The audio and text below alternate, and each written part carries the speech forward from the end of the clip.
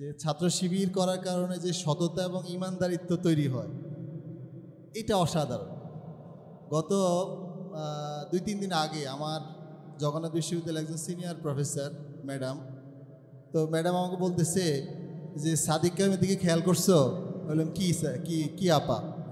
তো বলতেছে সে যখন মেয়েদের পাশে দাঁড়ায় সে বুকে হাত বেঁধে দাঁড়ায়। তো আমি বললাম এটা আপনার কাছে কেন ভাল লাগলো? বলতেছে মেয়েরা হাতকেই সবচেয়ে বেশি ভয় পায়। শিবির এটা শিখায় যে মেয়েদের পাশে দাঁড়াইতে হইলে বুকে হাত বেঁধে ছেলেদেরকে দাঁড়াইতে হবে। তো এই যে ইমানদারিত্বটা শিখাচ্ছে, যেটা শিশির ভাই বলতেছিলেন, আসলে মানে আমাদের ব্রেনের মধ্যে সেট করা যে কোথাও যাতে কোনো দুর্নীতি না হয়, কোথাও যাতে কোনো ধরনের অন্যায় না হয়, এবং অন্যায় হওয়ার সাথে সাথে তার অ্যাগেনস্টে চলে যাওয়া, এই যে মানসিক সেট আপটা, এটার জন্য আমি ছাত্র শিবিরের কাছে কৃতজ্ঞ। ধন্যবাদ।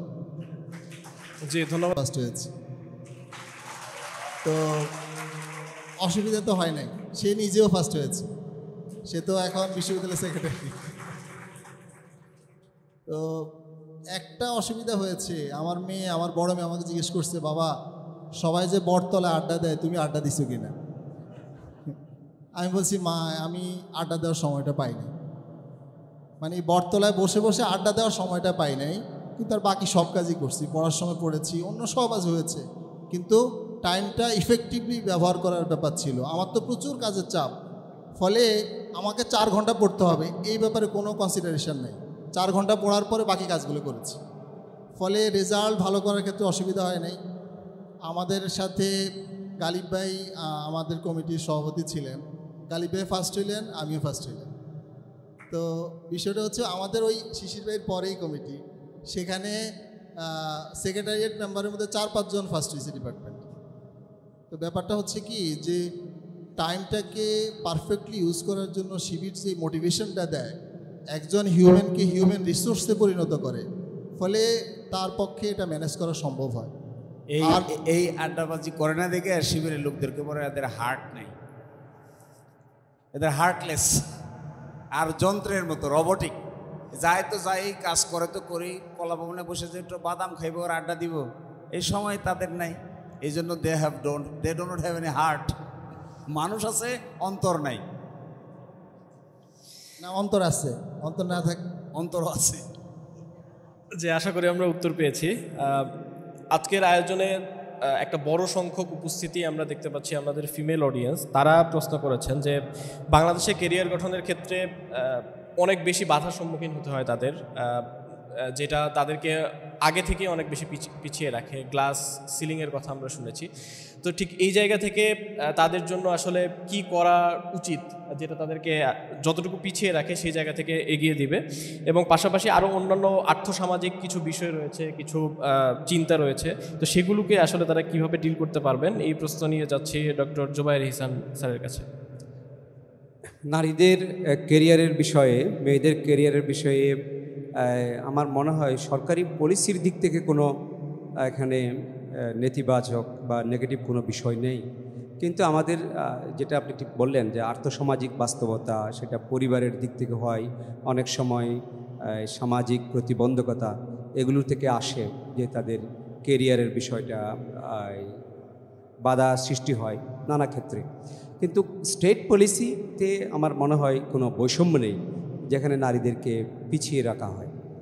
তো এখন এটা সত্য, এটা আমাদেরকে বাস্তবতা স্বীকার করতে হবে যে মেয়েরা এমন অনেক দায়িত্ব পালন করে যেটা পুরুষরা করে না, পুরুষদের করতে হয় না, এবং সেটা আমাদের সমাজ এবং আমাদের সভ্যতা, মানবজাতির ইতিহাস, মানবজাতির বিকাশ, মানবজাতির হিস্ট্রির সাথে সম্পর্কিত।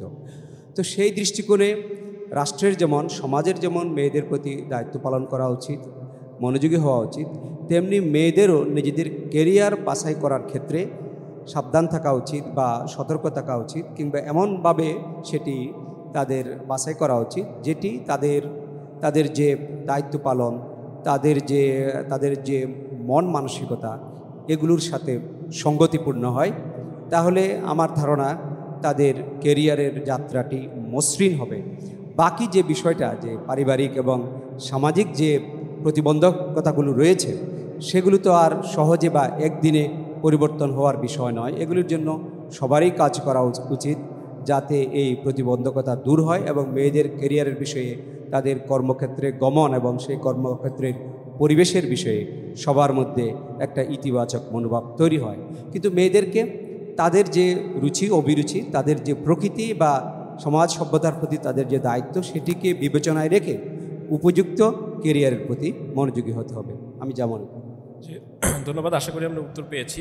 আরেকটা প্রশ্ন এসেছে, আমাদের বিশ্ববিদ্যালয় এবং আর্থসামাজিক বাস্তবতায় আরেকটা গুরুত্বপূর্ণ বিষয় হচ্ছে যে ছাত্র অবস্থায় আমরা আসলে উপার্জন করব কি না, করলে কতটুকু করব, বা এটা আমাদের পরবর্তী ক্যারিয়ারে কোনো প্রভাব ফেলে কিনা। একজন সরাসরি প্রশ্ন করেছেন যে তার স্বপ্ন ছাত্র অবস্থায় কোটিপতি হওয়ার। তো আমরা সেই প্রশ্ন নিয়ে যাব ডক্টর বেলাল হোসেন স্যারের কাছে। আমরা শুনবো যে ছাত্র অবস্থায় উপার্জনের ক্ষেত্রে কোন বিষয়গুলো মনে রাখা দরকার। ধন্যবাদ। এই কোটিপতি হওয়ার টেন্ডেন্সি শুধু এখানকার প্রশ্নে না, সব জায়গায় একই অবস্থা। পড়াশোনা বাদ দিয়ে কোটিপতির পিছনে ঘুরে লাস্টে আর কোটিপতি হয় না, পড়াশোনা হয় না। তো আমার পরামর্শ হচ্ছে শিক্ষার্থী যখন তোমরা, তখন তোমার প্রয়োজনের বাহিরে বেশি ইনকাম করা দরকার নেই। আমার পুরো লাইফটা কেটেছে রেগুলার 2টা টিউশনি করে। অবশ্য বিশ্ববিদ্যালয়ের সেক্রেটারি হওয়ার পরে ওই সময় টিউশনিটা করতে পারি নাই। 2টা টিউশনই রেগুলার করেছি আমি। একটাতে 4 দিন আর একটাতে 3 দিন যাইতে হইতো, মানে দ্যাট মিনস 7 দিনেই টিউশনিতে যাইতাম। তো বিষয়টা হচ্ছে যে তোমার ফর এক্সাম্পল 10,000 টাকা তোমার এক মাসে খরচ, 10,000 টাকা ইনকাম হইলেই এনাফ। আর পরিবারের দায়িত্ব বিশ্ববিদ্যালয়ের শিক্ষার্থী থাকা অবস্থা নেওয়া দরকার নাই, এটা পরিবারকে ম্যানেজ করার কথা বলবা। এই বার্ডেনটা তোমার নেক্সট লাইফের জন্য অসুবিধার কারণ হবে। সো এই সময়ের মেইন টার্গেট হবে আমার ভালো করে পড়াশোনার জন্য যতটুকু দরকার অতটুকুই করা। আর কারো যদি সুযোগ থাকে যে টিউশনি ছাড়া ব্যক্তিগত জীবন চালানো যায়, তাহলে টিউশনি করাও দরকার নাই। ধন্যবাদ। আচ্ছা বেলাল, আমি একটু বলি এ বিষয়ে।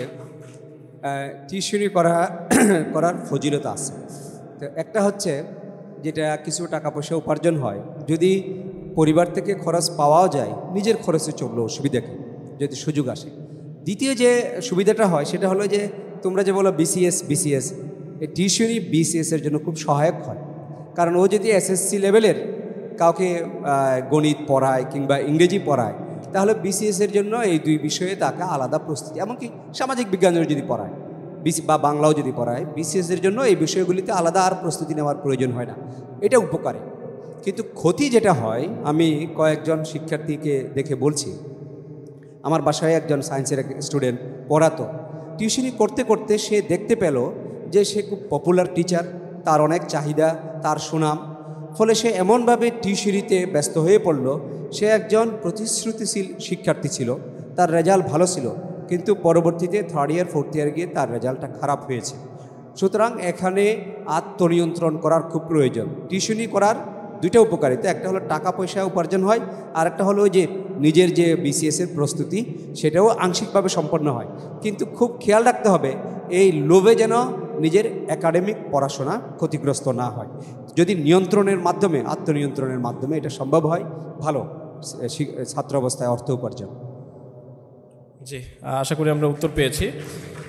আমরা আবার চলে যাব জুবাইর স্যারের কাছেই। গবেষণা আমাদের কাছে অনেক বড় একটি বিষয়। বিশেষ করে প্রথম বর্ষে এসে মনে হয় যে গবেষণাটি কিভাবে করব এবং কার সাথে করব। ইতিমধ্যে আলোচনা এসেছে যে কো-অথরের একটা বিষয় থাকে, যিনি গাইড করেন যে আসলে আমাদের এই প্রথম বর্ষ থেকে গবেষণার সাথে বা পরিচিত হওয়া, অন্তত সেটা কিভাবে হওয়া উচিত। আমরা চলে যাব জুবাইর স্যারের কাছে এই বিষয়ে জানতে। আচ্ছা, এটা খুব গুরুত্বপূর্ণ প্রশ্ন, এই কারণে যে বাংলাদেশে সবচেয়ে বেশি দুর্বলতা হচ্ছে বিশ্ববিদ্যালয় পর্যায়ে গবেষণার ক্ষেত্রে। বিশ্ববিদ্যালয়কে বলা হয় যে বিশ্ববিদ্যালয়টা এসএসসি বা স্কুল লেভেলের একটা প্রতিষ্ঠান নয়, যে এখানে শিক্ষার্থীরা একটা বই দেখে দেখে পড়বে কিংবা শিক্ষক একটা লেকচার দিয়ে চলে যাবে। বিশ্ববিদ্যালয়ের মৌলিক কাজ 2টা, একটা হলো জ্ঞান উৎপাদন করা আর একটা হলো জ্ঞান বিতরণ করা। এই যে মুখস্থ বিদ্যা, এটা বিশ্ববিদ্যালয়ে চালু না থাকা উচিত। এই কারণে বাইরের দেশগুলিতে আমরা যে পরীক্ষা নেই, আমরা তো কমিয়ে আনছি। আমাদের এখানে আগে আমরা 100 নম্বরের একটা কোর্সে লিখিত পরীক্ষা দিয়েছি, পরে এটা কমিয়ে 60 নাম্বার করা হয়েছে, এখন এটাকে 50 নাম্বার করা হয়েছে, যে বাকিগুলো কন্টিনিউয়াস অ্যাসেসমেন্টের মাধ্যমে আসবে। অন্যান্য দেশে এরকম রিটেন পরীক্ষা হয়তো 20 বা 25 নাম্বার থাকে, বাকি সব নানা ধরনের কাজ, অ্যাসাইনমেন্ট থাকে, তাদের গ্রুপ ওয়ার্ক থাকে, ফিল্ড ওয়ার্ক থাকে, এইসব জায়গা থেকে নাম্বারগুলি আসে এবং সেটা 100 নম্বরে মূল্যায়ন হয়। কারণ বিশ্ববিদ্যালয়ের মূল কাজ হলো এডুকেশন বা নলেজ ক্রিয়েট করা, আর নলেজ ক্রিয়েট করার মূল বিষয় হচ্ছে গবেষণা, যে বিষয়ে আমাদের ঢাকা বিশ্ববিদ্যালয় সহ বাংলাদেশের বিশ্ববিদ্যালয়গুলোর সত্যিকারের অনেক ভয়াবহ রকমের দুর্বলতা রয়েছে। তো যাই হোক, বিশ্ববিদ্যালয় বর্তমানে এদিকে মনোযোগ দিচ্ছে। মোটামুটি আমার ধারণা সকল ডিপার্টমেন্টে 4th ইয়ারে রিসার্চ মেথোডোলজি একটা কম্পালসারি সাবজেক্ট হিসেবে আসবে, এমনকি রিসার্চ মনোগ্রাফ 4th ইয়ারে করতে হবে, মাস্টার্সে হয়তো ডিজার্টেশন করতে হবে। এই বিষয়গুলো ধীরে ধীরে এখন বিশ্ববিদ্যালয় পর্যায়ে এটা আমরা অ্যাকোমোডেট করছি, এটা চলে আসবে। এখন শিক্ষার্থীদের কি করণীয়? তারা তো 4th ইয়ারে গিয়ে কোর্স পাবে, কিন্তু তার আগেই রিসার্চের যে ল্যাঙ্গুয়েজ, সে বিষয়গুলো সম্পর্কে আমাদেরকে ধারণা নিতে হবে। রিসার্চ কীভাবে রিসার্চ করতে হয়, মেথোডোলজি কী, রিসার্চ গ্যাপ কীভাবে বের করতে হয়, লিটারেচার রিভিউ কীভাবে করতে হয়, এই বিষয়গুলো আমরা ধীরে ধীরে অধ্যয়ন করতে পারি। রিসার্চ মেথোডোলজি সম্পর্কে অনেক বই আছে, বাংলায়ও আছে, ইংরেজিতেও আছে, সহজ ইংরেজিতেও আছে। তো এই সমস্ত বইগুলো আমরা অধ্যয়নের মাধ্যমে ধীরে ধীরে রিসার্চের যে সূচনা সেটা করতে পারি। বিশেষ করে ফার্স্ট ইয়ারও কিন্তু শিক্ষার্থীদেরকে অ্যাসাইনমেন্ট দেওয়া হয়। সেই অ্যাসাইনমেন্টগুলোতে যদি আমরা রিসার্চের যে নিয়মকানুনগুলো সেগুলো প্রয়োগ করাটা আমরা শিখি, তাহলে আশা করি 4th ইয়ারে গিয়ে মেথোডোলজি এবং ডিজার্টেশন এগুলো রচনা করার আগেই আমরা গবেষণা সম্পর্কে কিছুটা হাতেখড়ি বা গবেষণার কিছুটা আইডিয়া অর্জন হবে। এবং সত্যিকার অর্থে আমি আবারও বলি, আমাদের জন্য এটা বড় দুর্বলতা, এবং আমি শিক্ষার্থীদেরকে উৎসাহিত করি তারা যেন এই রিসার্চের ব্যাপারে, রিসার্চ কীভাবে করতে হয় সেগুলি জানার ব্যাপারে আগ্রহী হয়। যে আশা করি আমরা উত্তর পেয়েছি। আমরা চলে যাব শিশিরমণির ভাইয়ের কাছে। প্রশ্ন এসেছে যে ক্রিটিক্যাল থিঙ্কিং ডেভেলপ করার জন্য আমরা আসলে কি করতে পারি, কারণ বিশ্ববিদ্যালয়ে আমরা জানি, ইতিমধ্যে আলোচনায় এসেছে যে গতানুগতিক যে পড়াশোনা, সেই পড়াশোনার বাইরে জ্ঞানের সাথে একটা সম্পর্ক স্থাপন করার জন্য আমরা বিশ্ববিদ্যালয়ে আসি। তো ক্রিটিক্যাল থিঙ্কিংটা ডেভেলপ করার উপায় আসলে কি? ক্রিটিক্যাল থিঙ্কিং ডেভেলপ করার সবচাইতে ইফেক্টিভ মাধ্যম হলো কোয়েশ্চেন করতে। যা কিছু দেখছি, যা কিছু হচ্ছে, যা কিছু সামনে আসছে, তার ব্যাকগ্রাউন্ড খোঁজা। বলে গেলেন একজন শিক্ষক একটা লেকচার দিয়ে বলে গেলেন যে স্যালমনের থিওরি হলো গ্রুন নর্ম হবে এবং গ্রুন নর্মের পরে কনস্টিটিউশনই হবে তার সর্বাগ্রে, এবং কনস্টিটিউশনের অধীনে বাকি সব হবে। দিস ইজ নর্মাল কথা। এখন কেউ যদি ক্রিটিক্যালি থিঙ্ক করতে চায় তাহলে তার মাথায় আসা উচিত, উনি যে বলে গেলেন যে ক্যালসনের থিওরি, তো ক্যালসনের থিওরির সঙ্গে কন্ট্রাডিক্টরি থিওরি কি আছে? Ask the teacher. এবং এই টিচারকে এই পর্যায়ে নিয়ে যেতে হবে। আমি মনে করি ছাত্ররা অনেক সময় শিক্ষকদেরকে অনেক চ্যালেঞ্জের মধ্যে ফেলতে পারে, এবং এই চ্যালেঞ্জের মধ্যে ফেলতে পারাটাই ক্রিটিক্যাল থিঙ্কিং ডেভেলপ করার প্রাথমিক পর্যায়। আমি মনে করি বিশ্ববিদ্যালয় লেভেলের কোনো ছাত্রদের কোনো স্টেটমেন্ট সহজেই মেনে নেওয়া উচিত না। কোনো বক্তব্য কোনো শিক্ষকই দেখ আর সিনিয়রই দেখ, ফার্স্ট ইয়ারের একজন ছাত্রকে 4th ইয়ারের একজন ছাত্র আমাদের বিশ্ববিদ্যালয়ে পাশ করার পরেই লেখাপড়া করায়। আপনি দেখবেন লেকচারার পদে অ্যাপয়েন্টেড হয়, মাস্টার্স শেষ লেকচারার পদে অ্যাপয়েন্টেড হচ্ছে। পড়াচ্ছে কাকে? আমি 3rd ইয়ারে পড়ি তাকে। তো আমি ছিলাম 3rd ইয়ার, উনি ছিলেন মাস্টার্স। তো পার্থক্য কয় বছর? 2 বছর। 2 বছর সিনিয়র, 2 বছর জুনিয়রকে লেখাপড়া করাচ্ছে। তাহলে তার এবং আমার নলেজ গ্যাদারিং, এক্সপেরিয়েন্স, ক্রিটিক্যাল থিঙ্কিংয়ের মধ্যে পার্থক্য কী? 2 বছর। এই জন্য আমি তোমাদেরকে একটা কথা বলবো, আমার এই কথাটা একটু বিপ্লবী মনে হবে। Do not take any statements only because somebody said that this is the statement. Question it, analyze it, try to find out alternative statement. And even if a teacher says anything, please ask the teacher and challenge him. What you are telling is not properly being supported by evidence. এইভাবে বলতে হয়। আমরা court কাছারিতে যেটা দেখি, আমরা first প্রশ্ন কি তুলি? আমার আদার সাইড আইনজীবী একটা কথা বলে, আমি প্রথম দাঁড়ায় বলি, আপনি যে এই কথা বলেছেন, what is your source, tell me the source. He has to explain what is his source. If he can't explain his position by referring to a particular source, আমরা তাকে নিয়ে হাসি, বঙ্গা মারি দিছি বলি, বাংলায় বলি বঙ্গা মারি দিছে। বঙ্গা মানে কি বুঝো? বঙ্গা হলো আন্দাজ অনুমানের ভিত্তিতে মনে যা চায় এটাই বললে দেয় পার পেয়ে যাচ্ছে। তো তোমরা as a young scholar, teacher কি? টিচার হলেন একটু সিনিয়র স্কলার, আর স্টুডেন্ট কি? Junior scholar. আমি তো এটা এর বাইরে আর কিছু দেখি না। আমাকে যদি এখন চ্যালেঞ্জ করে, আমি তোমাদেরকে বলবো all of you are junior scholar. আর এই শিক্ষক যারা প্রফেসররা এখানে বসে আছেন, দে আর সিনিয়র স্কলার। সুতরাং তিনি যে কথা বলবেন তা পরিপূর্ণভাবে মেনে নিতে হবে। মেনে নিলে তুমি কিন্তু ওই যে মারে না কো ফুসফাস, করে না কো ডুসডাস, যে সাপ জানতো গোটা দুই আনতো, এই কবিতার মতো হবা। আচ্ছা, তুমি একটা জুনিয়র স্কলার, তোমার এই ব্রিলিয়েন্সির ব্রেইনের একটা ঝাঁজ থাকতে হবে। এই ঝাঁজটা কী হবে, কীভাবে হবে? তুমি যদি শিক্ষককে শুধুমাত্র চ্যালেঞ্জ করো, এটাই যথেষ্ট হবে না। চ্যালেঞ্জ করে সাবত হাজির করবা, এভিডেন্স হাজির করবা। পরের দিন সকালবেলা এসে যে শিক্ষক ক্লাস দিতে আসবে, একটু বেয়াদব ভাবতে পারে তোমাকে, শিক্ষকরাও আমাকে খারাপভাবে দেখতে পারে, কিন্তু তাও আমি বলছি, মনে করবে ছাত্রটা হলো ঠেডা ছাত্র। ঠেডা ছাত্র বুঝো? ঠেডা ছাত্র হলে খালি বুঝায় আর বুঝে না। স্যার খুব বুঝায়, ছাত্র কত বুঝে না। ছাত্র যদি না বুঝে বসে থাকে, এর নাম হবে ঠেডা ছাত্র। আর ছাত্র যদি না বুঝে চলে যায়, গিয়ে পরের দিন রিসার্চ করে, বই জোগাড় করে, দেশে বিদেশের বই দেখে, পরের দিন কোর্টে এসে সব নিয়ে হাজির হয়, ক্লাসরুমে এসে হাজির হয়, স্যারকে বলে আপনি এই কথা বলছিলেন, তার এগেইনস্টে দেখেন অমুক বইয়ের অমুক পৃষ্ঠা এটা আছে, তমুক জার্নালের অমুক নম্বর ভার্সনে এটা আছে, তমুক জার্নালের লেটেস্ট ভার্সনে, পিয়ার রিভিউড জার্নালে এত পৃষ্ঠায় ইংল্যান্ড থেকে প্রকাশিত, এখানে এটা আছে। এইবার দেখবা really this is the style to develop knowledge. এবং কোর্টে আমরা যখন একটা জিনিসকে উল্টাইতে চাই, যেমন কোর্টে আজ থেকে 40 বছর আগে একটা সিদ্ধান্ত হয়েছে। কি সিদ্ধান্ত হয়েছে? যে যাবজ্জীবন সাজা মানে হলো আমৃত্যু কারাগারে থাকতে হবে। আমরা ডিসাইড করেছি এটা আমরা উল্টাবো, মানবো না। সুপ্রিম কোর্ট বলেছে, তাও মানবো না। সুপ্রিম কোর্ট বলেছে কি? আমৃত্যু কারাগার। আমরা ডিসাইড করলাম এটা we must change this. First question করা শুরু করলাম, আমৃত্যু মানে কি? এবার দুই জজ এসে এক্সপ্লেন করলো, আমৃত্যু মানে হলো আনটিল ন্যাচারাল ডেথ। তা আমরা বললাম ন্যাচারাল ডেথ সম্পর্কে যদি সাজা হয়, তাহলে কি বেল দেওয়া যাবে কি যাবে না বলেন? তখন জজ সাহেবরা বলতেছে এই প্রশ্নের তো উত্তর জানি না। তাহলে উত্তর দেন, যে যার আমৃত্যু সাজা হয়েছে তাকে কি বেল দিবেন নাকি বেল দিবেন না? জামিন দিবেন নাকি জামিন দিবেন না? নাকি সবগুলো কারাগারকে ওল্ড হোম সেন্টারে রূপান্তর করবেন? এইবারে ক্রিটিক্যালিটি শুরু হয়েছে। একটা সময় পরে গিয়ে আমরা চ্যালেঞ্জ করছি, আপনাদের আগের এই ডিসিশন পরিবর্তন করতে হবে, রিভিউ করতে হবে। রিভিউ করে বলতে হবে যাবজ্জীবন সাজার মানে হলো 30 বছর। 17 মাস ধরে শুনানি হয়েছে, কিভাবে চেঞ্জ করি, কিভাবে চেঞ্জ করি, 40 বছর আগের ডিসিশন কিভাবে চেঞ্জ করি। শেষ পর্যন্ত সকলে মিলে একমত হয়েছে যাবজ্জীবন সাজার মানে হলো 30 বছর জেল খাটলেই যাবজ্জীবন খাটা হয়ে যাবে। এই মর্মে রায় দিয়েছে।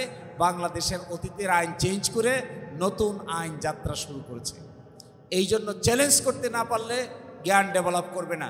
এভাবে মাইনে নেওয়া যায় না। মাইনে যদি সবসময় নিয়ে নাও, তাহলে নতুনত্বও ডেভেলপ করবে না, নতুন থিওরি আসবে না, ডেভেলপ করবে না তো। এবং তোমার আমার মধ্যে এই যে জ্ঞানের কাটাকাটি, আমি মনে করি এটা প্রেস্টিজ ইস্যু না, এটা হলো সব অনেকটা সৌন্দর্যের ব্যাপার। আমাকে যদি কেউ চ্যালেঞ্জ করে যে আমি যে জার্নালটা রেফার করছি, অথবা ইন্ডিয়ান সুপ্রিম কোর্টের 1931 সালের প্রিভি কাউন্সিলের জাজমেন্ট আমি রেফার করছি, আরেকজন এসে আমাকে বলতেছে আপনি যে জাজমেন্ট রেফার করেছেন 1931 সালের প্রিভি কাউন্সিলের, দেখেন 1932 সালের প্রিভি কাউন্সিলের আপনি যা রেফার করেছেন তার বিরুদ্ধে 32 সালে আরেকটা আছে, এই যে আমি আপনাদের দেখেন। এবার আমার দুর্বল হয়ে যায়, মন দুর্বল হয়ে যায়।